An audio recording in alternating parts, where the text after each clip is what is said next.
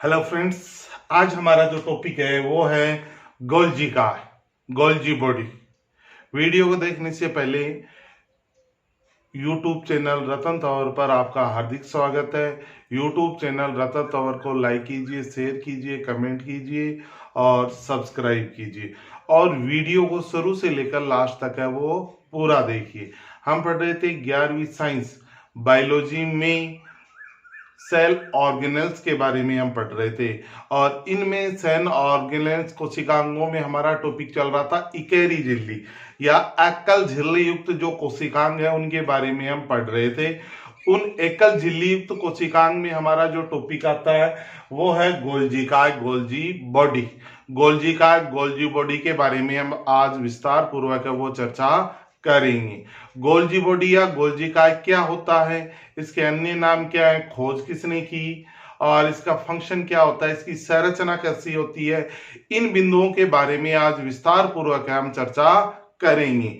सबसे पहले मैं बात करता हूं गोल्जी का गोल्जी बॉडी के अन्य नाम क्या है। पहला नाम होता है डिक्टियोसोमिया जालिका में, डिक्टियोसोमिया जालिका में। दूसरा नाम है लिपोकॉन्ड्रियम। तीसरा नाम है गोल्जी उपकरण और चौथा नाम होता है गोल्जी सम्मिश्र, गोल्जी सम्मिश्र।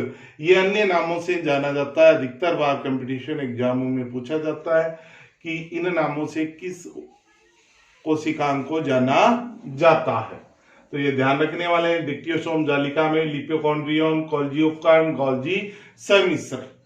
अब बात आती है गोल्जी बॉडी या गोल्जी काय की खोज कैमिलियो गोल्जी ने 1898 में उल्लू की तंत्रिका कोशिकाओं में इसकी खोज है वो की थी। किसमें की थी? कैमिलियो गोल्जी ने उल्लू की तंत्रिका कोशिकाओं में इसकी खोज है वो की थी। अब इसके बाद में हम बात करते हैं गोल्जी काय की संरचना के बारे में। गोल्जी काय की संरचना में कौन कौन से भाग होते हैं?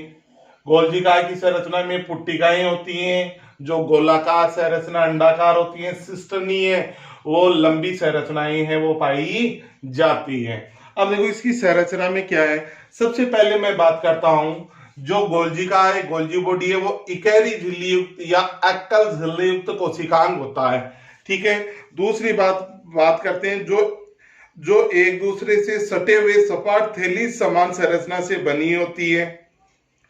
एक गोल्जिकाय में सिस्टनी 3 से 12 तक होती है, यानी इन सिस्टनी की संख्या कितनी होती है? 3 से लेकर 12 तक पाई जा सकती है। इसके बाद में एम चिकने अंत पृथ्वी जालिका से समानता दर्शाती है। सिस्टनी के किनारों पर पुट्टिकाएं एवं नलिकाओं का सघन जाल होता है। इनके निर्माणकारी सतहें परिपक्व सतह की पुट्टिकाएं हैं वो भिन्नता प्रदर्शित करती हैं। यह अधिकतर कोशिका के केंद्र के पास होती है। पूर्ण गोल्जिकाय है वो 5 से 10 यूक्रोम, 5 से 10 यूक्रोम है वो लंबा पाया जाता है।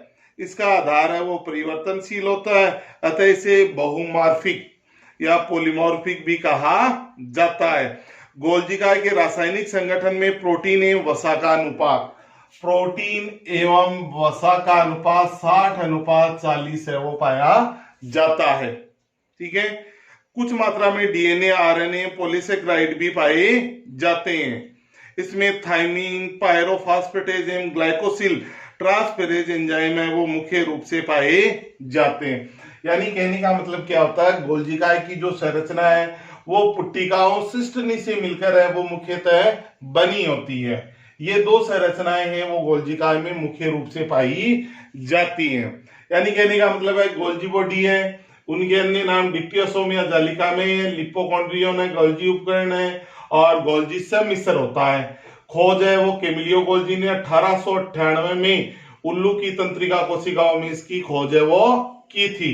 और ये चित्र है गोल्जी काय का जिसका स्क्रीनशॉट आप बोर्ड से ले सकते हैं नामों से, तो इसका स्क्रीनशॉट है वो आप ले लो।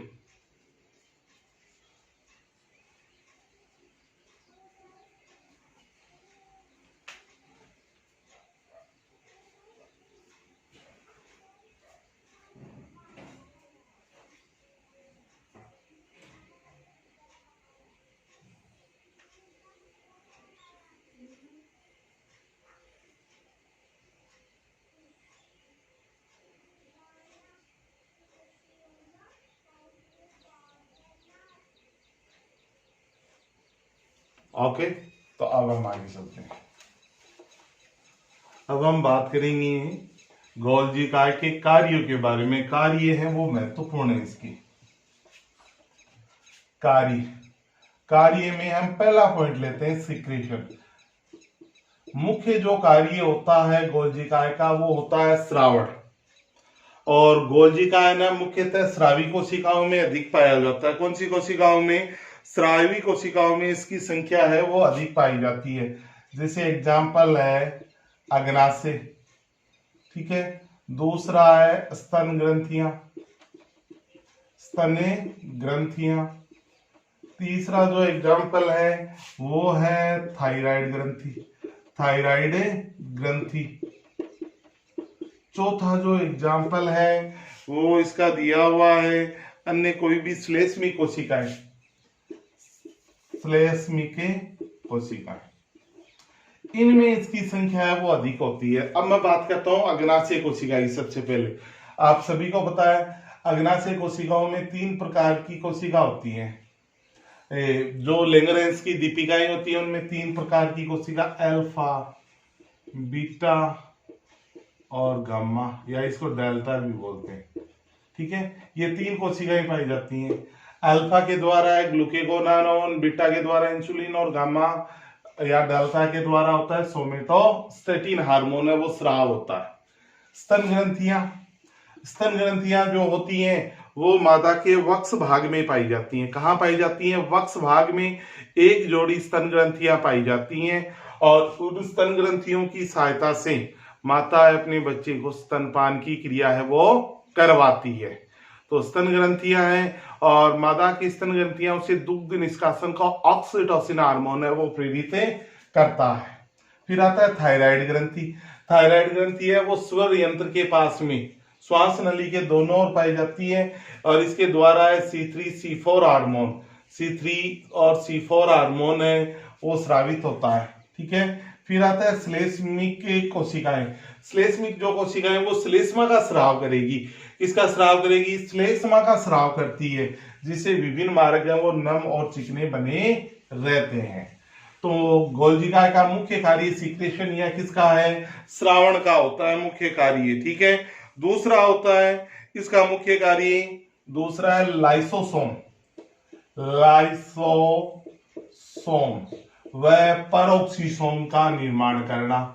लाइसोसोम व परऑक्सीसोम का निर्माण करना, ये कार्य किसका है? लाइसोसोम। लाइसोसोम का वर्णन आगे आएगा। लाइसोसोम को बोलते हैं आत्मघाती थैलिया। परऑक्सीसोम यानी इन दोनों का निर्माण है वो गोल्जी काय के द्वारा ही होता है। और तीसरा पॉइंट आता है गोल्जी काय के वेसिकल्स में वसा व प्रोटीन का स्राव। वेसिकल नलिकाओं में वसा व प्रोटीन का क्या होता है? संचय होता है। चौथा होता है कोशिका विभाजन के समय में कोशिका पट्टी बनती है, यानी कोशिका पट्टी का निर्माण होता है गोल्जी काय के द्वारा, ठीक है। सेल डिवीजन होता है। सेल डिवीजन का मतलब एक कोशिका से जब 2 कोशिका बनती है तो उनके मध्य कोशिका जो पट्टी बनती है वो गोल्जी काय के द्वारा बनती है। चौथा पॉइंट आता है कोशिका विभाजन के समय ये कोशिका पट्टी बनेगी। शुक्र जनन के समय शुक्राणु के क्रोमोसोम का निर्माण है वो गोल्जी काय के द्वारा होता है। बहुत ही महत्वपूर्ण टॉपिक है, इसके बारे में थोड़ा सा मैं बता देता हूं। शुक्र जनन के समय, चौथा पॉइंट है शुक्र जनन के समय शुक्राणु के एक्रोसोम का निर्माण गोल्जी काय के द्वारा होता है। किसके द्वारा होता है? गोल्जी काय के द्वारा होता है। गोल्जी काय के द्वारा होता है। यानी कहने का मतलब क्या है? शुक्र जनन के समय शुक्राणु के एक्रोसोम का निर्माण गोल्जी काय के द्वारा होता है। शुक्र जनन का मतलब क्या होता है? देखो, शुक्र जनन का मतलब होता है मानव नर में शुक्राणुओं के निर्माण की प्रक्रिया है वो क्या कहलाती है? शुक्र जनन कहलाती है। क्या कहलाती है? शुक्र जनन। मानव में युग्मक जनन होता है। युग्मक जनन दो प्रकार का होता है, शुक्र जनन और अंड जनन। शुक्र जनन और अंड जनन। अंड जनन अंडाणुओं के निर्माण की प्रक्रिया और शुक्र जनन होता है शुक्राणुओं के निर्माण की प्रक्रिया। शुक्र जनन की जब क्रिया होती है तो शुक्राणु, जो शुक्राणु बनता है जो चम्मच की आकृति का होता है इस प्रकार से,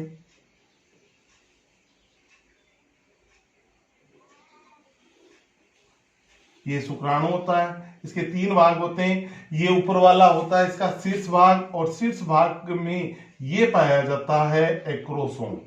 क्या पाया जाता है? एक्रोसोम पाया जाता है। और इस एक्रोसोम का जो निर्माण है वो किसके द्वारा होता है? गोल्जी काय के द्वारा होता है। एक्रोसोम, शुक्राणु का एक्रोसोम भाग है वो बहुत महत्वपूर्ण है। क्यों?